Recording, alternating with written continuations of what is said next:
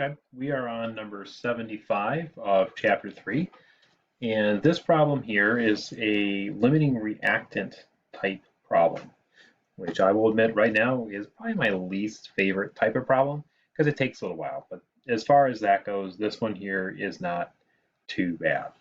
Okay, 75. Sodium hydroxide reacts with carbon dioxide as follows, and we have a nice little formula there.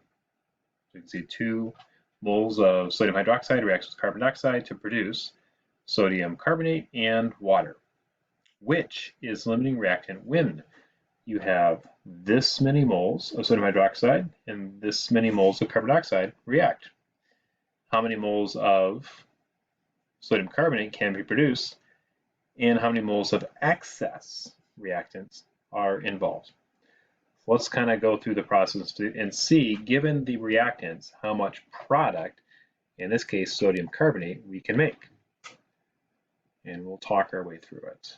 So 1.85 moles were given, which is a little bit convenient. Instead of grams, we'd have to do a conversion to moles if we had grams. You have to be in moles to deal with the balanced chemical equation. And we already have moles, which is fantastic.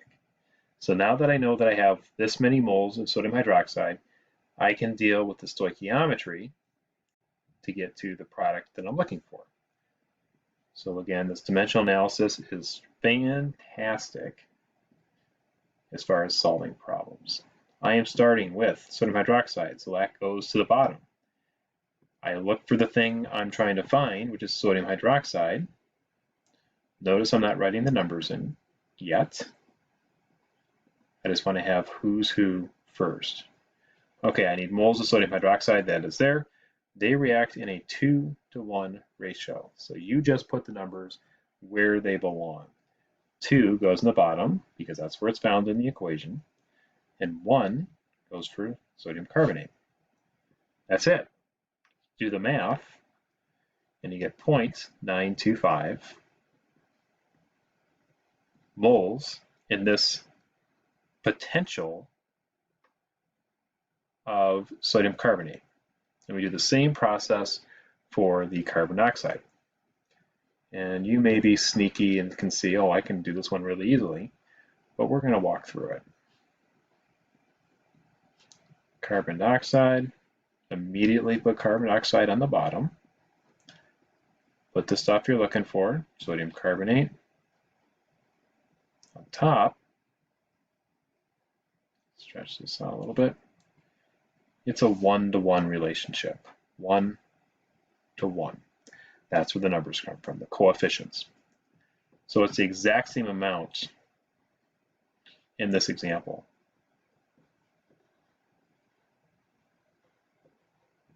Okay, so the first question is, which is the limiting reactant? It comes from this equation because it's a smaller amount of potential product formed. You are governed or limited to whichever produces the least amount of product. So it's not the sodium carbonate that's limiting, it's what made it. So this is my limiting reactant.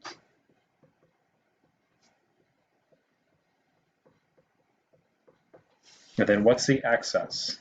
So for the excess, the way we would go through this process is we want to know how much extra of this wasn't used in making it. I can only actually make this amount. It's limiting.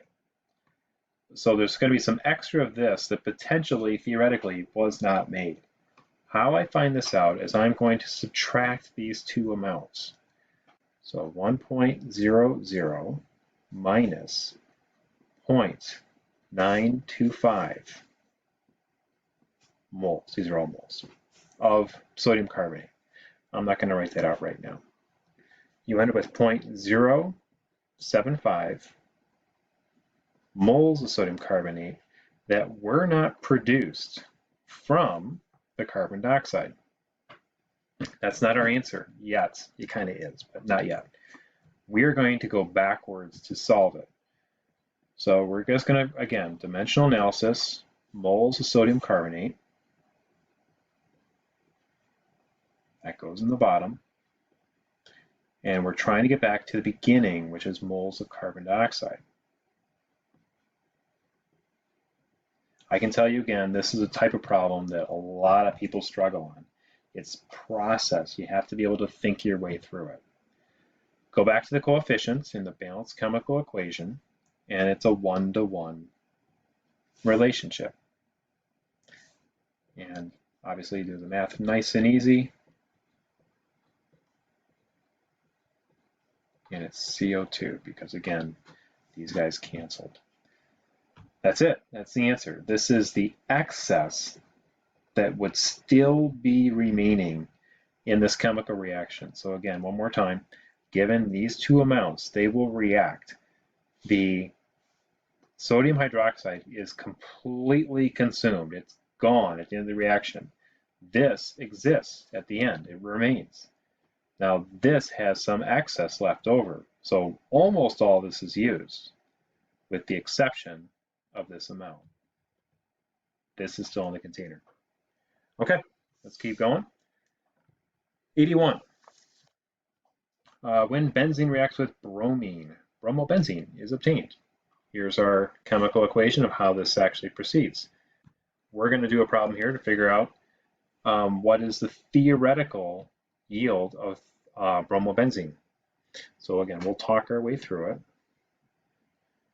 We have 30 grams of this benzene, and I'll go ahead and write that out. So C6H6, and very first thing I have to do is turn this into moles. It's always going to be 1 mole, and go through the process of adding up 12 times 6 plus 6 times 1. You're going to end up with a certain number of moles, and I'm just going to keep on stringing this across. Show you that process. So C6H6, and we'll keep on going because where am I trying to get to? Is obtained, what is the theoretical yield of bromobenzene? So that's what I'm trying to get to. So bromobenzene is right here, and it's a 1-to-1 relationship. I can see that. I'm going to go ahead and write that in here. They're each 1-to-1. Benzene goes to the bottom. Bromobenzene, which again is right here, C6H5Br. And I will go ahead and put in the last step here. So moles of bromobenzene, C6H5Br. Now I put grams on top because it's a moles to grams relationship. Always 1 mole. If I figure out the molar mass of this, it's going to be 157 grams, which will give me 60.38 grams of bromobenzene. Theoretically, I could make, but I also have some bromine, and I can make a certain amount from that too.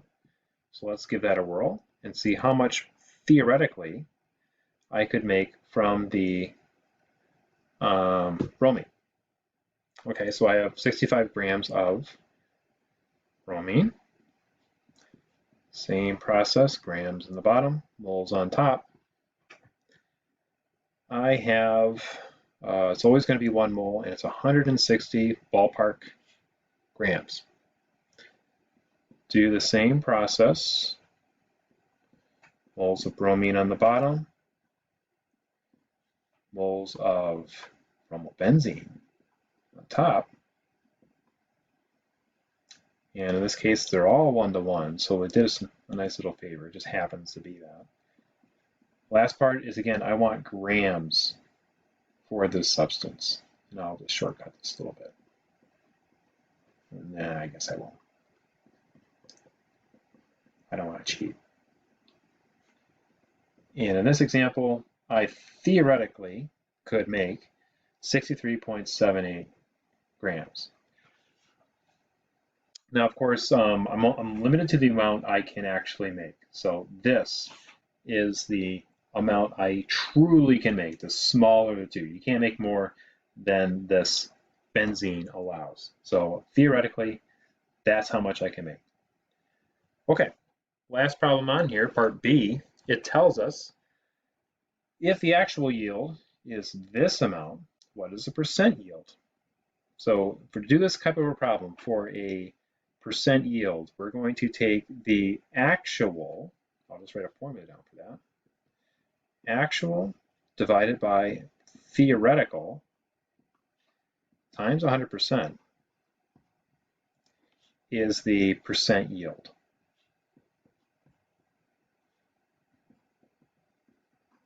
So for us in this particular example, it's 43.3 grams that we actually got. And if we divide this by what we truly did get, times 100%, we will find that it happens to be, drumroll, 72% yield, what we actually produce. Okay, that is the end of chapter 3.